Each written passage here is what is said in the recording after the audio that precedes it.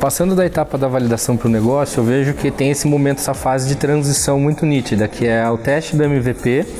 Então, geralmente a startup está testando, validando o protótipo, o MVP dela, ela já coloca isso, já aloca esse produto, esse serviço em um cliente, um potencial cliente, faz esse MVP, esse teste inicial gratuitamente. Então, até esse momento de você estar validando gratuitamente com o seu potencial cliente, a gente sugere que não tenha ainda um negócio formalmente constituído, porque você ainda pode pivotar, eventualmente pode fazer muitos ajustes, tem um prazo ainda de consolidação disso.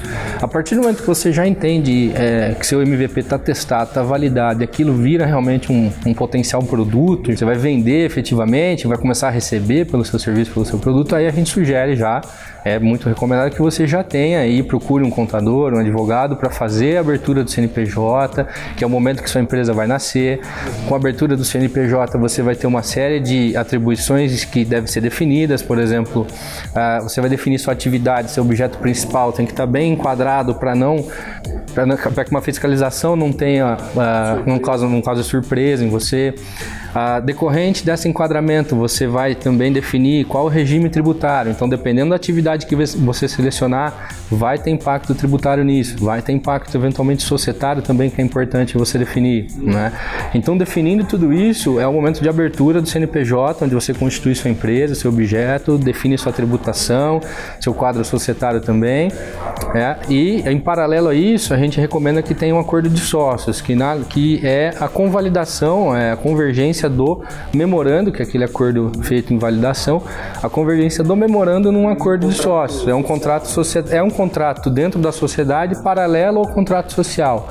O contrato social geralmente ele vai prever algumas coisas mais genéricas, mais padrão, e ali depois no acordo de sócios a gente entra com mais detalhes no relacionamento de sócios, possíveis entradas de investidores, etc, como vai fazer distribuição, como vai funcionar a diluição, etc e tal. Então a gente define no acordo de sócio uma relação mais profunda da sociedade, puxando muito do que veio já acordado no memorando, né?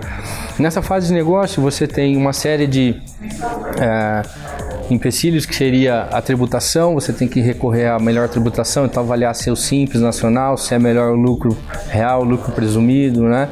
Startup geralmente no início já começa a faturar alguma coisinha, mas sempre está reinvestindo dinheiro, às vezes recebe um investimento, volta a investir, então você está sempre operando no vermelho, né? No prejuízo, e eventualmente uma análise com mais calma e mais específica. O lucro real às vezes é melhor do que o Simples, que todo mundo sugere, né? Então a gente recomenda que faça uma análise com calma da tributação, né? Além disso, você provavelmente vai ser, como startup no mundo de tecnologia, a maioria delas, ela sempre vai ter um site. Muitas vezes, dificilmente hoje a gente encontra alguém sem site, sem aplicativo. Então, quando você tem um aplicativo, quando você tem um site, você trabalha no ambiente digital, né, um serviço, seja um serviço ou uma venda mesmo, um e-commerce, alguma coisa assim, você tem que estar dentro das normas do Marco Civil, tem que trabalhar os seus termos de uso, que seria seu contrato de serviço, seu contrato de venda, se fosse no ambiente offline. Então você tem que deixar o termos de uso lá, você tem que deixar a política de privacidade lá, que significa dizer como você vai gerir os dados daquela pessoa. Então hoje em dia essa questão de privacidade está muito em alta, né? A regulamentação da Europa vindo forte, já multando o Facebook, Google, etc. Então é importante que a gente no ambiente digital, como não tem barreiras, é importante a gente respeitar essa questão da política de privacidade, política de cookies, né? Como trabalhar, né?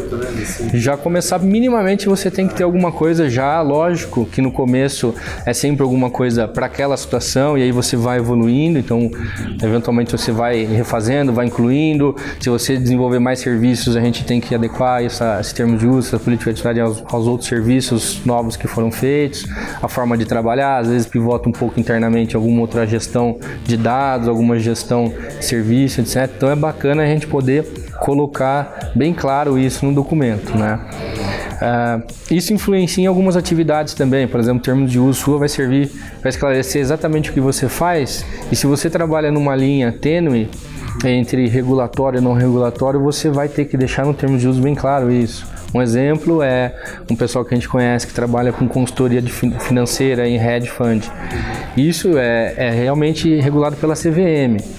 Em comparação com outra startup que tem no mercado já, a Yubi, eles não fazem recomendação financeira, então é diferente, não está na CVM, mas se você for ler o termos de uso dele, é extremamente cumprido, dizendo exatamente o que ele faz, bem claro, para que não esteja regulado. Exato. Então esse também vai ser um ponto dentro, somando com a sua atividade, seu objeto principal, o termo de uso também vai desenhar o seu objeto da sua empresa, a sua atuação, e isso impacta sim na forma de fiscalização, na forma de atuação, tributação.